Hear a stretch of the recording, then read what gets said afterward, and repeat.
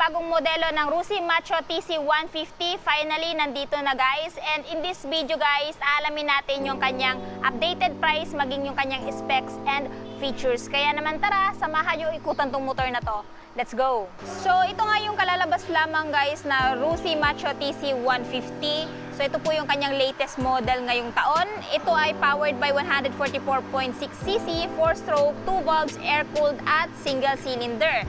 Ito rin ay karburador pa rin. Meron din siyang 5-speed transmission which is manual at kick and electric starter. Ito ay kaya mag-produce ng 12.73 horsepower at 7,500 RPM at may hatak na 10 Nm at 4,500 RPM. Pagdating naman sa kanyang fuel tank capacity, siya ay may malaking fuel tank capacity na 12 liters at siya ay merong average fuel consumption na 48 km per liter. So napakatipid niya na po guys, knowing na siya ay carb type at the same time knowing na siya ay 150cc. So ngayon dito muna tayo guys sa kanyang overall looks. So kung mapapansin nyo guys, yung color niya ay kakaiba na kumpara doon sa naunang Rusi Macho 150. So meron siyang parang tricolor dito which is black, faded yellow at faded red dito. Tapos meron ding red dito. And ang nagustuhan ko sa kanya guys, kakaiba na yung itsura niya, mas pinamodern na kumpara doon sa old version. Dito sa headlight, ayan, naka-bulb type pa rin naman. And turn signal, naka-bulb type pa rin. And pagdating sa turn signal niya guys, maganda yung pagkaka-place.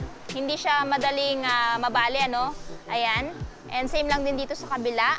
And napakaganda guys kasi itong si Rusi Macho 150 is naka-Euro 3 compliant, So meaning pagbubuga ito ng usok, napaka-friendly na sa environment. Ayan, malinis na yung kanyang usok. At the same time dito, meron siyang pride of ownership. May nakalagay dito na Rusi. Ayan, tapos naka-rubber boots na din para pag idadaan nyo ito sa mga mababutong lugar, hindi madali matamaan yung telescopic, Telescopic fork suspension kasi yung gamit dito sa front with drum brake, Ito yung braking system niya. Tapos dito naman sa gulong, siya ay merong front tire size guys na 2.75 by 17. And obviously, hindi pa rin siya tubeless, meaning tube type pa rin po siya. Tapos naka-spoke or nakayantas.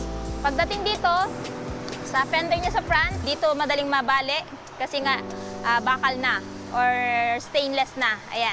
Tapos, dito tayo guys sa kanyang gilid. Check natin anong meron dito. Kagaya ng kulay dun sa harapan, ganito na din yung kulay niya dito. At kung mapapansin nyo, hindi siya basta-basta decals. Parang yung decals niya guys is nakasama na dun sa paint ng kanyang fuel tank. Ayan Kahit ganunin mo, hindi basta-basta matatanggal. Para siyang ginaya sa mga big bike na mga decals, nakasama na sa paint. Ayan. Tapos, pati itong Rusi na pangalan niya, ganun din. So, malaki na yung fuel tank niya guys. Sa long ride, hindi na kayo mabibitin na palagi magpapagasolina uli. Kasi nga, 12 liters, i-times mo sa 48 km per liter, since yun yung kanyang average fuel consumption, malayo-layo na din yung matatakbo nyo nito.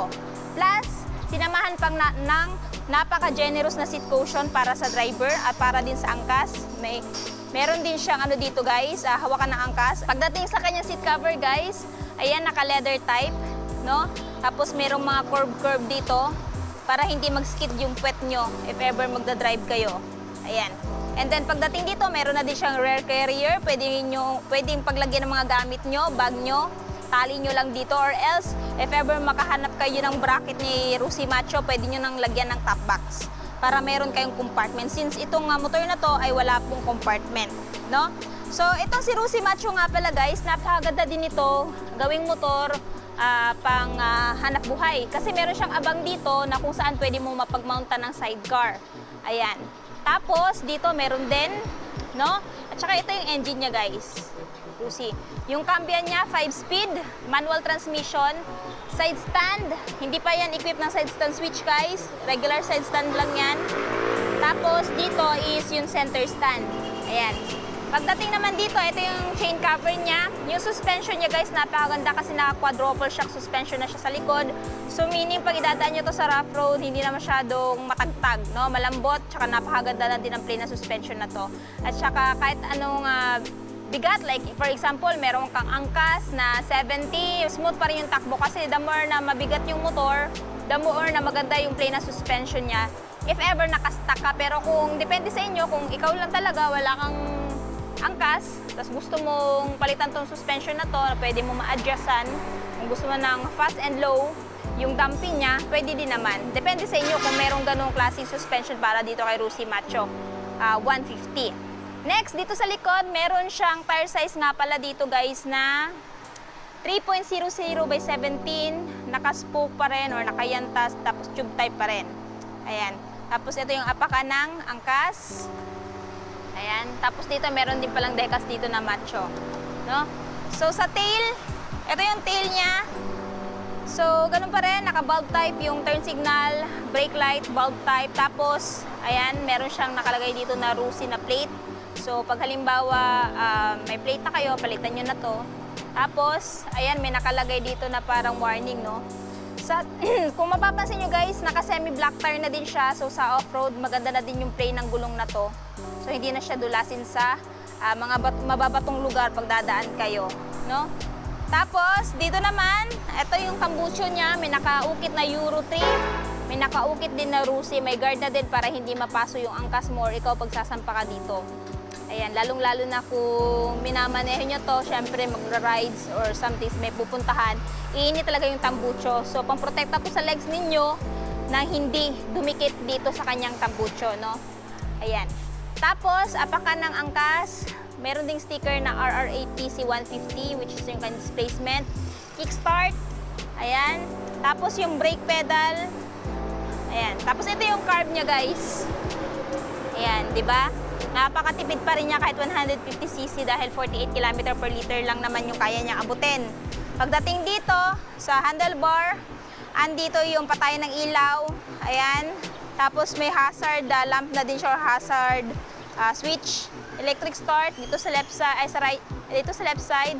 Nandito yung kanyang high beam, low beam, turn signal switch at saka yung kanyang horn.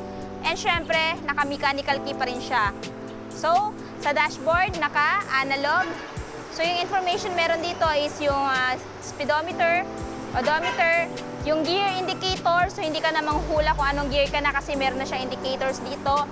Turn signal indicators, neutral indicator, high beam, low beam. Ayan, tapos yung Rusi, which is yung kanyang brand. So, yun po yung ano niya dito, guys. And pansin ko lang din, meron na din pala siyang reflector dito, side by side, para mas visible kayo pagkagabi. Ayan. So, ito si Rusi Macho, guys, ay pwede sa lahat, no? Lalong-lalo na kung gusto mong magkaroon ng sidecar at gusto mo ng budget-friendly na motor, I highly recommend this one. Actually, maraming nagsasabi, ayoko sa Rusi ganyan, it's because madaling masira. Pero depende pa rin naman yan sa inyo, guys. Paano nyo gagamitin yung motor ninyo? Since meron akong kilala na Rusi owner, pero hanggang ngayon, for 4 years, matibay pa rin. Actually, pamangkin ko isa sa owner ng Rusi. So, depende pa rin yan sa tao. Kahit gano'n ka-branded yung motor mo, kung hindi ka naman marunong mag-alaga, ayun, ano din yan, masisira at masisira din yan. So, ngayon, kung interested kayo dito sa Rusi Macho 150, which is itong latest model, alamin natin yung kanyang updated price. So, si Rusi Macho TC 150, latest model. Nabanggit ko kanina, guys, naka-promo siya. So, yung presyo niya, guys, is kung cash, ayan, 46,500. At since naka-promo nga po siya, wala po siyang down payment, straight monthly po daw ito. So, yung magiging monthly niya, guys, is 2,395, no? Less 300, so magiging 2,095 na lamang for 3 years. Ayan, so napakaganda, guys, na i-grab nyo na yung opportunity habang naka-promo pa to ngayong December. Kaya, ayan. So kung may katanungan pa kayo, guys, regarding sa motor na to, comment down below. At kung meron pa kayong motor na gustong ipa-vlog sa akin, comment lang kayo sa baba. Anyway, palagi ko namang binabasa yung mga comments ninyo. At syempre, kung nagustuhan nyo itong video na to, please don't forget to like, subscribe, comment, share. Ride safe and God bless!